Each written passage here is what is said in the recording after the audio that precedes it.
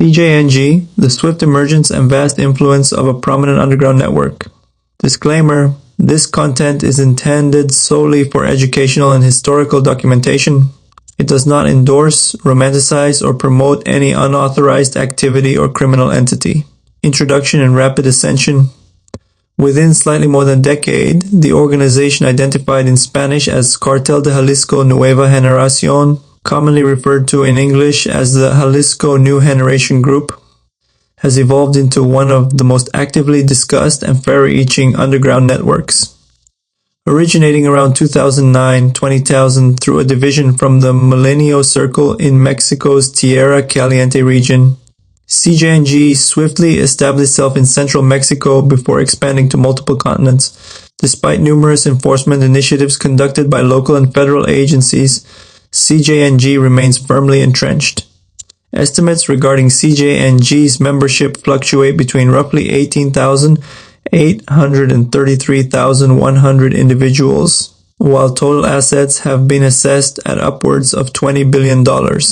The following long-form account meticulously explores Cjng's roots, leadership figures, alliances, rivalries, financing strategies, and purported global scope. Although motivational in tone, this text is not intended to condone or justify any form of illegal conduct. Foundational roots and genesis. Cjng traces its creation to a pair of significant disruptions for the Milenio Group: the 2009 apprehension of Oscar Orlando Nava Valencia and the subsequent passing of Ignacio Coronel Villarreal, regarded as a key leader who had ties to the Sinaloa sphere. These two events, occurring between 2009 and 2010, led to Milenio fragmenting the competing factions. 1. La Resistencia, led by Ramiro Pozos. 2. Los Torcidos, who later adopted the title Cjng. Both sides blamed one another for the arrest of Nava Valencia, igniting mounting tensions. Out of these divisions, former Milenio associates came together, namely Nemesio Oseguera Cervantes, Eric Valencia Salazar, Martin Arzola Ortega, and Emilio Alejandro Pulido Salazar. Although Cjng collaborated initially with certain existing entities, relationships deteriorated into direct confrontation as Cjng aimed to seize lucrative territories. By prioritizing strategic maritime corridors, particularly the Pacific coastline access points in Colima, Cjng introduced a forceful, highly coordinated blueprint for territorial dominance that would ultimately define its approach. Central leadership. Nemesio El Mencho Oseguera Cervantes. The individual most frequently identified with Cjng's top leadership is Nemesio Oseguera Cervantes, widely recognized by the moniker El Mencho. Formerly a municipal law enforcement officer in the state of Michoacán, he is now labeled by Mexican officials as one of the most sought-after figures in the nation. U.S. agencies have similarly placed him high on their target list, offering rewards as substantial as $10 million for actionable information leading to his capture. Family connections and Los Quinis. Within Cjng's leadership framework, El Mencho's family wields considerable influence. His spouse, Rosalinda Gonzalez Valencia, has been described in diverse reports as a key figure responsible for financial operations. Members of the Gonzalez Valencia family have also been linked to Los Quinis, an entity referred to by many observers Cjng's economic engine. Additionally, El Mencho's children, Ruben Oseguera Gonzalez and Jessica Johanna Oseguera, have drawn official scrutiny for their presumed roles in the broader Cjng structure. Beyond this core family unit, Cjng's top echelon includes other notable participants: Juan Carlos Valencia Gonzalez, Ricardo Ruiz Velasco, various local enforcers, skilled specialized operations. Although these individuals typically work in alignment under the Cjng umbrella, internal friction sometimes arises.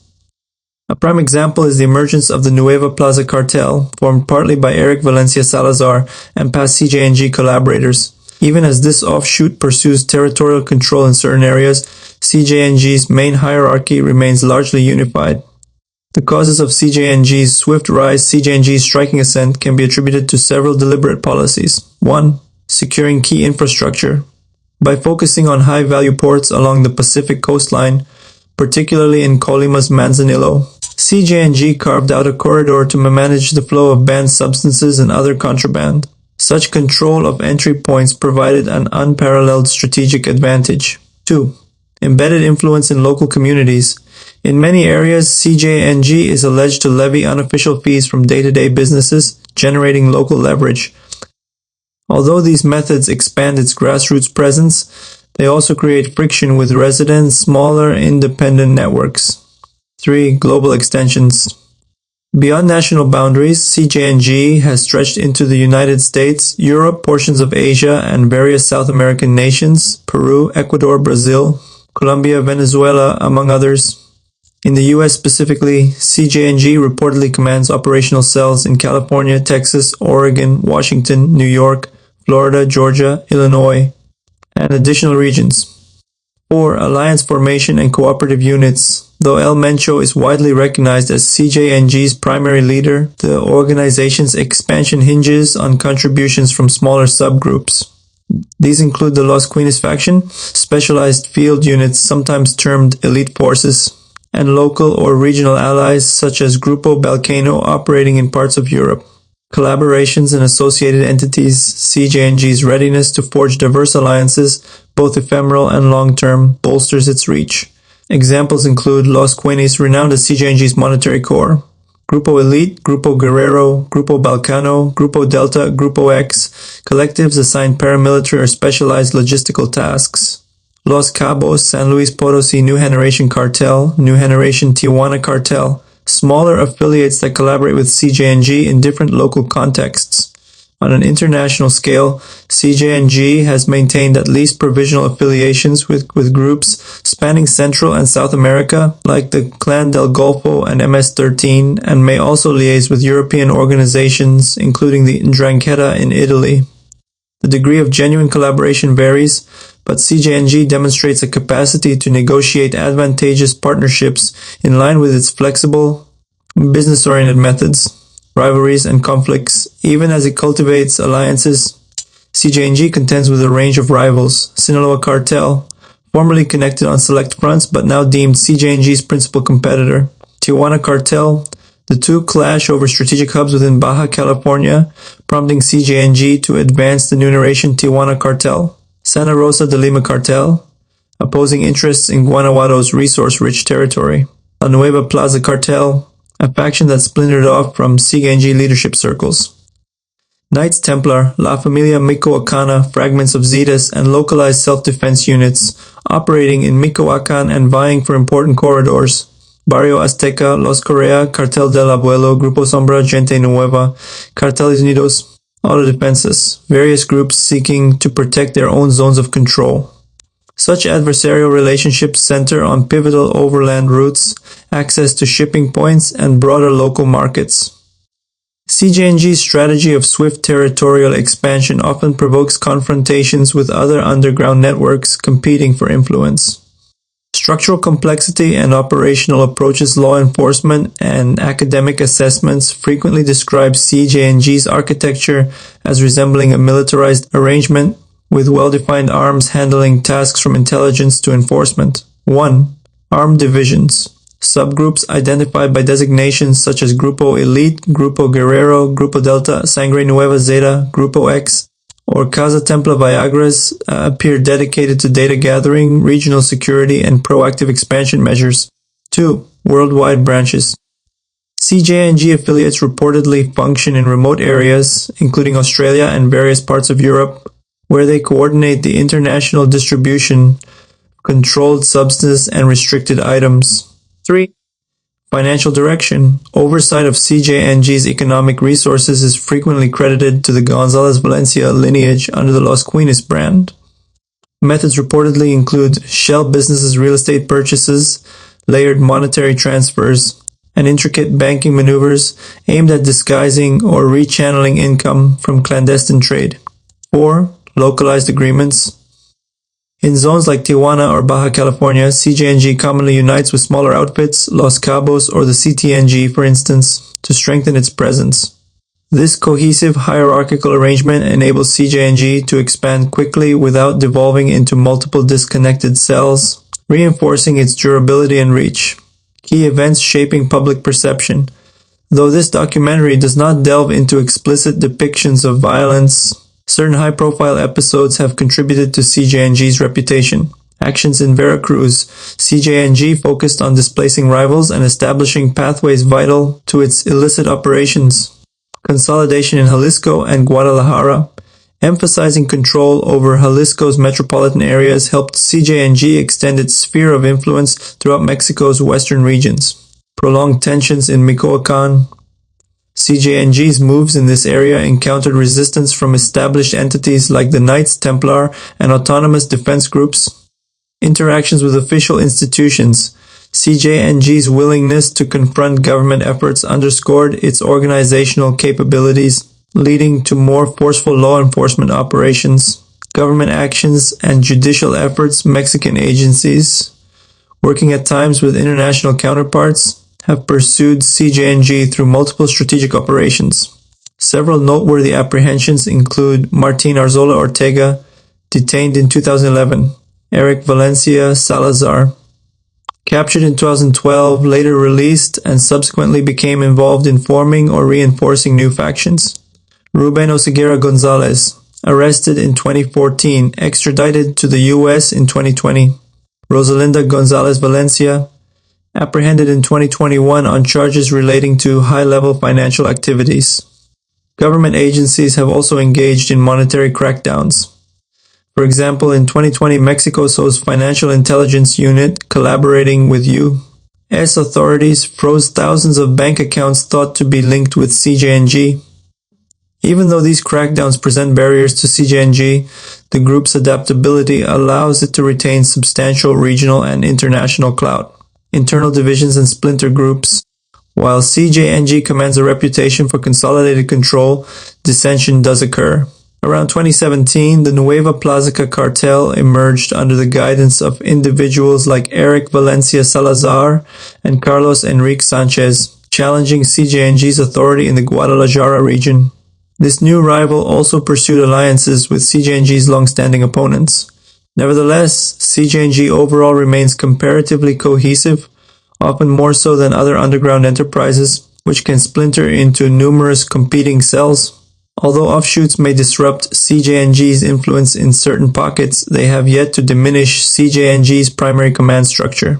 Zones of authority analysts believe CJNG sustains an operational presence in over two-thirds of Mexican states, including Jalisco, Colima, Nayarit, encompassing Manzanillo's critical port, Guanajuato, Puebla, Querétaro, Hidalgo, regions impacted by resource-based confrontations, Veracruz, a focal area for increasing influence along the Gulf Coast, Baja California, Sonora, Chihuahua, key border corridors essential for international expansion, parts of Michoacán and Guerrero, areas witnessing frequent friction with community-level militias and enduring underground groups. Abroad, CJNG extends into Central and South America, Europe, certain parts of Asia, and potentially more, leveraging cooperative alliances or tapping into profitable routes for banned substances and restricted merchandise. Financial capacity and economic foundations. Many estimates assess CJNG's overall net worth as exceeding $20 billion, supported by an array of revenue sources. 1. Clandestine commerce in controlled substances, encompassing various types of banned substances for global markets. 2. Unauthorized levies and resource exploitation. Within territories it dominates, CJNG allegedly imposes fees on everyday businesses or local resource projects. 3. Complex laundering pipelines, shell corporations, real estate holdings, layered investments, cryptocurrency options, and sophisticated banking tactics help obscure or repurpose earnings from illicit operations.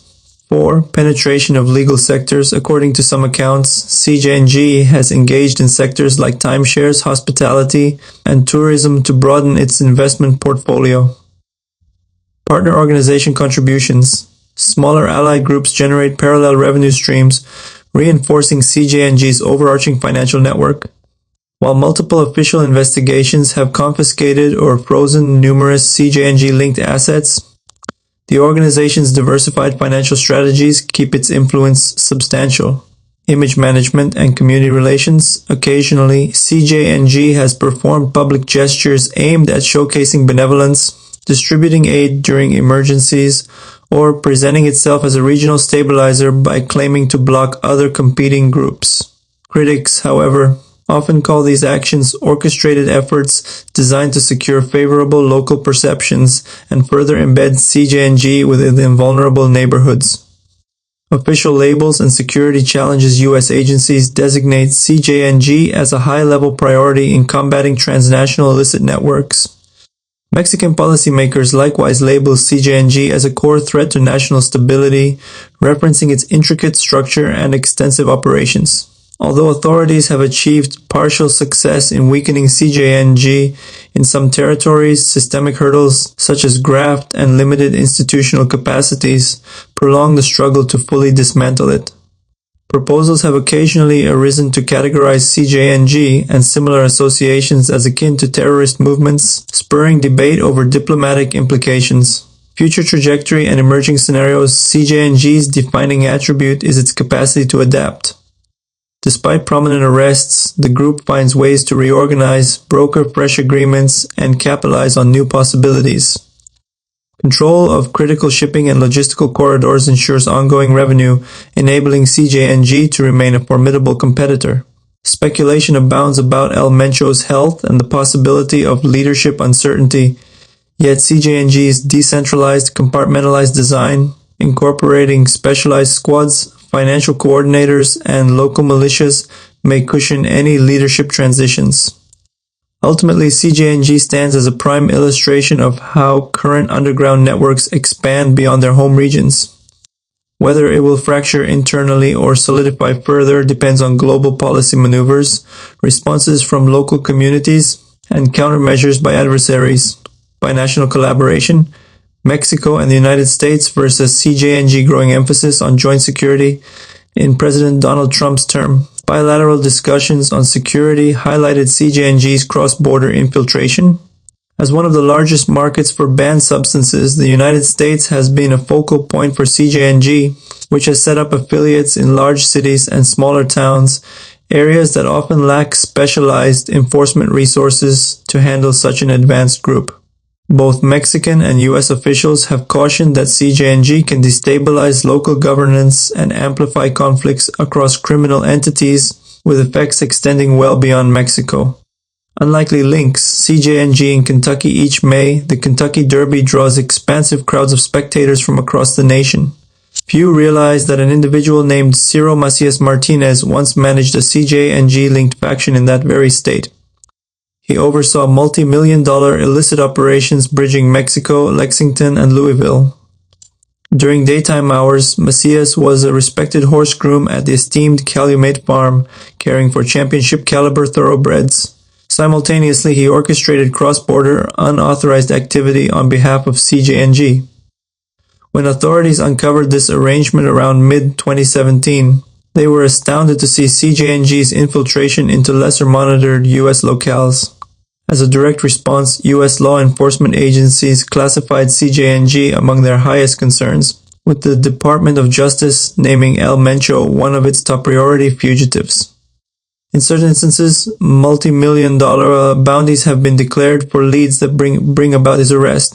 Cjng as a top U.S. enforcement target within official U.S. statements. Transnational organizations capable of undermining law enforcement are labeled among the country's gravest threats. In October 2018, then Attorney General Jeff Sessions singled out Cjng as one of the most dangerous criminal entities confronting U.S. jurisdictions. Measures he described included unsealing indictments against multiple Cjng leaders across various federal districts, offering large financial rewards for tips resulting in the arrest of prominent Cjng figures. We have substantial indications that Cjng ships massive amounts of unauthorized materials into this nation, Sessions stated, emphasizing Cjng's operational span from coast to coast. Legal actions and subsequent developments. A number of Cjng's higher-ranking operatives have been charged under U.S. statutes. Nemesio Oseguera Cervantes, seen as the central Cjng leader, remains at large. Ruben Oseguera Gonzalez, detained in Mexico, extradited to the U.S. in early 2020. Eric Valencia Salazar, arrested in 2012, released at a later date, currently associated with emerging factions. Siblings from the Gonzalez Valencia family, linked to the Los Queenies faction, with some believed to be detained abroad. Across the presidencies of Enrique Peña Nieto and Andrés Manuel López Obrador, closer collaboration with U.S. authorities has included intelligence exchanges, asset freezing, and extraditions targeting CJNG affiliates. High-profile extradition of El Menchito in late 2019, U.S. officials adopted a more assertive tone in advocating heightened responses to criminal networks in Mexico. Then President Trump explored the notion of branding such groups with a terrorism-related designation after an incident where U.S. citizens were harmed in northern Mexico. Mexican authorities disputed the proposal, arguing it risked infringing their sovereignty. Nevertheless, the U.S. Department of Justice pressed forward with a concentrated tactic, zeroing in on El Mencho's son, El Menchito, viewed as an essential part of CJNG's leadership chain. In February 2020, he was transferred to the U.S. for prosecution linked to unauthorized distribution networks. Soon thereafter, El Mencho's daughter, Jessica Johanna Oseguera, was apprehended in Washington, D.C. amid suspicions of financial laundering. Experts disagree on whether these detentions pose a serious and lasting blow to CJNG or merely trigger new power rivalries among CJNG's upper ranks, potentially involving Hugo Gonzalo Mendoza Gaitan and Juan Carlos Valencia Gonzalez. Amica, Jalisco, police chief entangled, per U.S. Treasury report by MND staff, June 3, 2022, a municipal police commander in Amica, Jalisco, Severo Flores Mendoza, was relieved from his role after the U.S. Department of the Treasury alleged he had accepted payments from CJNG.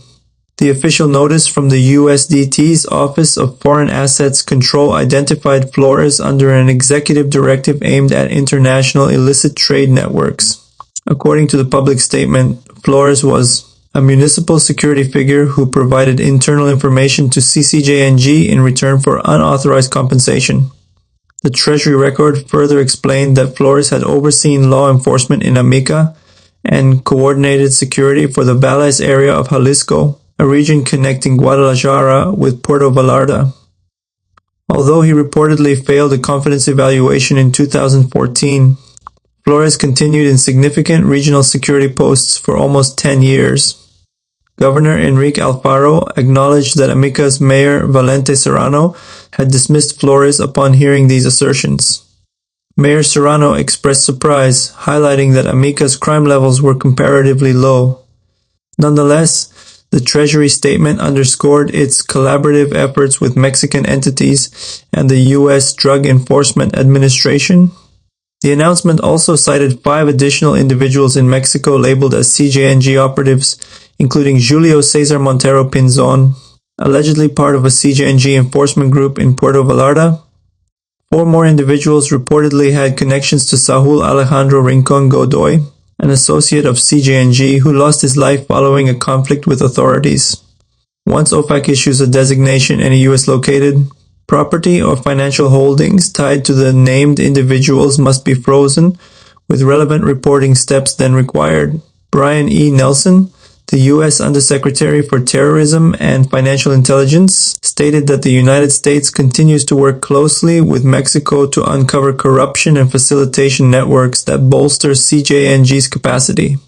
Meanwhile, apprehending Nemesio El Mencho Oseguera Cervantes, thought to be concealed in remote mountainous terrain in western Mexico, remains a priority for the DEA, reinforced by a $10 million reward offer. Major Joint Offensive Strategies 1. Operation Python, a 6-month campaign under the U.S. DEA targeting CJNG affiliates across the country.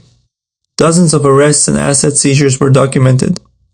2. Operation Blue Agave, spearheaded by Mexico's Financial Intelligence Unit in tandem with the U.S. Treasury. This endeavor halted transactions in about 2,000 accounts associated with CJNG and Los Quines. By attacking key financial arteries, it demonstrated the effectiveness of transnational intelligence sharing.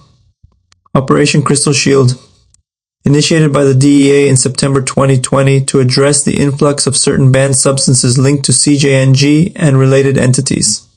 It produced considerable seizures and arrests. 4. Local collaborator crackdowns. Within Mexico City, CJNG reportedly aligned with niche operations such as the Anti-Union Force. High-profile detentions disrupted this arrangement, though some smaller groups have simply integrated further into Cjng's organizational framework. Cjng's countermeasures and resilience. Despite intensified bilateral investigations, Cjng retains the means to retaliate. In mid-2020, a federal judge in Colama who had been involved in cases linked to El Menchito was found deceased under suspicious circumstances. While many specifics remain unclear, the situation fueled ongoing concerns about Cjng's capacity to challenge state structures directly. Later that same year, the security chief for Mexico City survived a severe assault in one of the capital's more affluent districts. Examination of the event suggested Cjng-backed operatives had orchestrated the incident, reinforcing the perception that Cjng might threaten influential leadership figures. Interestingly, Cjng simultaneously endeavors to promote a charitable image in certain communities, handing out resources or funds and depicting itself as a guardian force for local populations. Critics believe these displays serve to foster public goodwill or discourage civilian cooperation with state authorities, particularly in areas affected by economic constraints. Social and economic underpinnings of Cjng's influence. In regions where governmental presence is minimal, communities sometimes depend on self-defense units for fundamental security. Cjng has capitalized on these gaps, offering material or organizational help in exchange for local acceptance or compliance. Mahuacan stands as a key illustration, featuring numerous rival organizations, grassroots militias, and long-established entities all contending over strategic locales. In Guanajuato, Cjng's feud with the Santa Rosa de Lima cartel occasionally sparks elevated turmoil. Observers remain vigilant concerning Cjng's strategies following arrests of Santa Rosa's leading individuals. Evaluating Mexico-U.S. Joint Strategy experts, including Dr. Raul Benitez, underscore the necessity of a multifaceted and enduring Mexico-U.S. cooperative framework to counter Cjng, incorporating intelligence sharing, confiscation of essential assets, and more. Instead of centering on one kingpin, a broad approach attempts to undermine all tiers simultaneously. Nevertheless, ongoing issues, systemic corruption, socioeconomic disparities, insufficient local policing, and structural limits on judicial power impede rapid progress. Large-scale arrests and freezing of funds can disrupt Cjng's chain of command, but they rarely guarantee long-term peace in disputed areas. Many analysts emphasize that robust reforms and resource investments in public institutions are crucial for a durable impact. Current situation in the struggle against Cjng, although extensive headway has been made, ranging from indictments and extraditions to dissolving local alliances, Cjng continues to exhibit formidable resilience. Its capacity to adapt swiftly in response to escalating pressure remains a significant challenge for both Mexican and U.S. agencies. Still, with heightened coordination and intelligence exchange across borders, authorities might limit Cjng's capabilities over time. Even so, Cjng proactively searches for alternative routes, forges fresh alliances, and re-establishes networks when cracks appear. It symbolizes a new generation of global underground organizations that deftly navigate fluctuating political and law enforcement landscapes. By uniting and reinforcing efforts at the national, regional, and international levels, stakeholders can more effectively address Cjng's evolving threat.